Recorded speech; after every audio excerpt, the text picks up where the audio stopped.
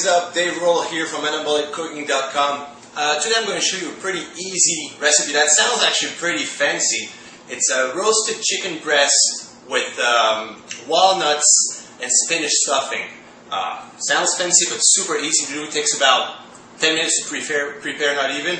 So let's check out what you need for this recipe. So you don't need a whole lot of stuff for this recipe. Basically, all you need is a big pan like this one to cook your chicken, good knife, some garlic. Here I got, it's garlic that's already minced. You can buy that at the wholesale store.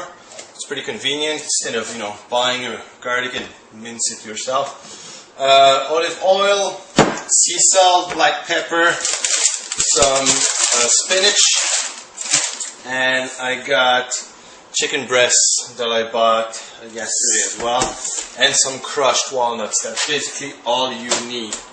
So first step, let's start it. So the very first step when you prepare this recipe is to butterfly your chicken breast. The butterfly process is a pretty simple process. It's basically dividing the chicken breast in half, to have it open like kind of a book, so it's going to do like a butterfly. So you can see on most chicken breasts, you get two sides, like this one. There you go.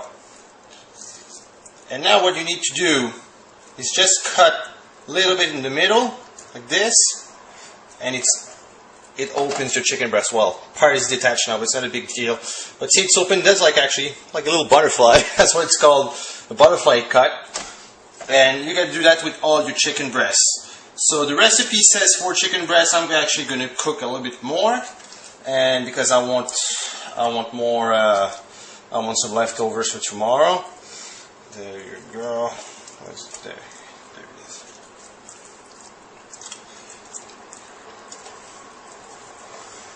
There we go. There's different ways to butterfly. You can actually unroll. Like see, here I just pretty much slice it in the middle. The other way is to take your chicken breast like this and kind of take a side and just slice it that way. Like this, and you open your chicken breast like this one. So it's like makes a bigger, kind of a bigger breast, but you can actually roll those ones. For example, if you want to roll this recipe, you can do that as well. But butterfly the chicken breast is pretty much just the most simple way to go about it. Now that I've butterflied all my chicken breasts, I'm going to show you what to do. It's pretty easy basically. What you need to do is take some olive oil, okay? So about, I would say, about a good 2 teaspoons per 4 chicken breasts. So that's about 2 tablespoons, sorry, I said 2 teaspoons, 2 tablespoons, and you just rub the chicken breast in the olive oil. There you go. What I do usually, I just pour the olive oil in the pan like this and just rub them together. So how many chicken breasts? I got 8 chicken breasts, so a little bit more than I need.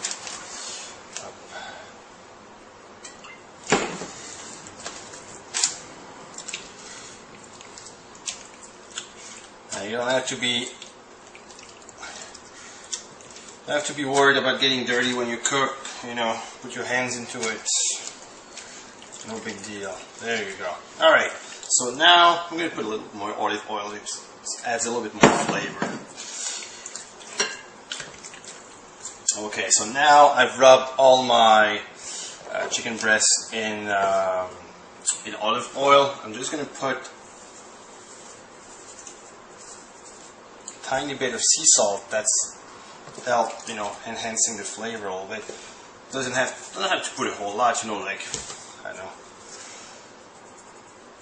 maybe a teaspoon top for those chicken breasts. There we go. I'm never scared of, putting salt in my food. Like people say, oh, it's high sodium. Who cares? You need sodium. You need sodium for a well-balanced health. The problem is people eat too much sodium. Sea salt is a great source. Actually, it's the best source of sodium, the best salt.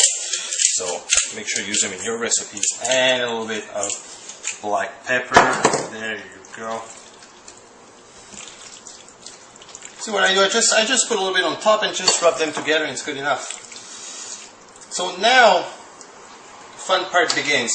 So you take your chicken breasts, they're all, rubbed in olive oil, you put your salt, you've put your pepper. Now what you have to do, it's just sticky. I'm going to wash my hand for a sec.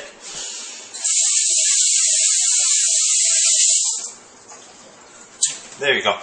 Now you got to stuff those things. So the first step is to take some garlic. Okay, use a teaspoon. Don't be scared. I've used this recipe on first dates before, and it actually worked, because that's what I did for my girlfriend actually when we met, and she's still there. So that's a good sign. That means a good recipe. So you could pour some garlic. I put a little bit more, too much I guess. There you go. A little bit garlic on the bottom of the chicken breast, in the chicken breast. Then you sprinkle some walnuts. So sprinkle some walnuts on your chicken breast. There you go. Perfect. And some spinach. See what I did? I've put my spinach in a bowl and I microwaved it for about a minute. It shrinks actually your spinach, so it's easier to cook with, especially when you stuff your chicken breast with some spinach.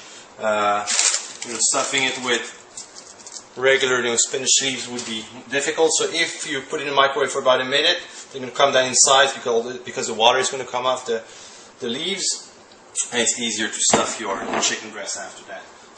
So there you go. You put some spinach. There you go. And then you just fold them in half. That's it. See? There you go. I'm just going to put this one aside.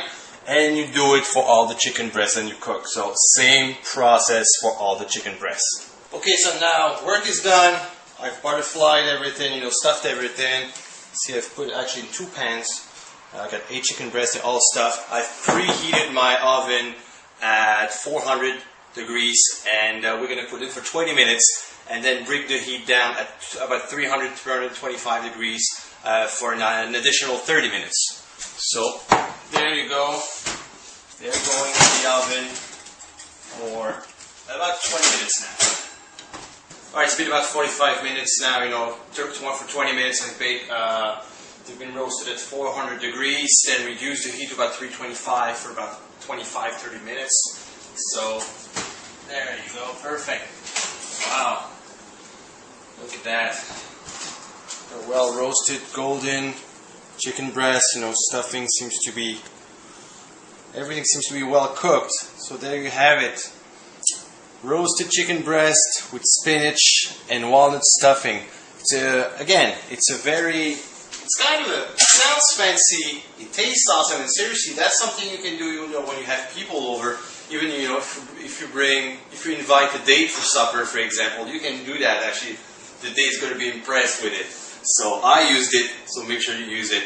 Alright, let's see you next time. Take care.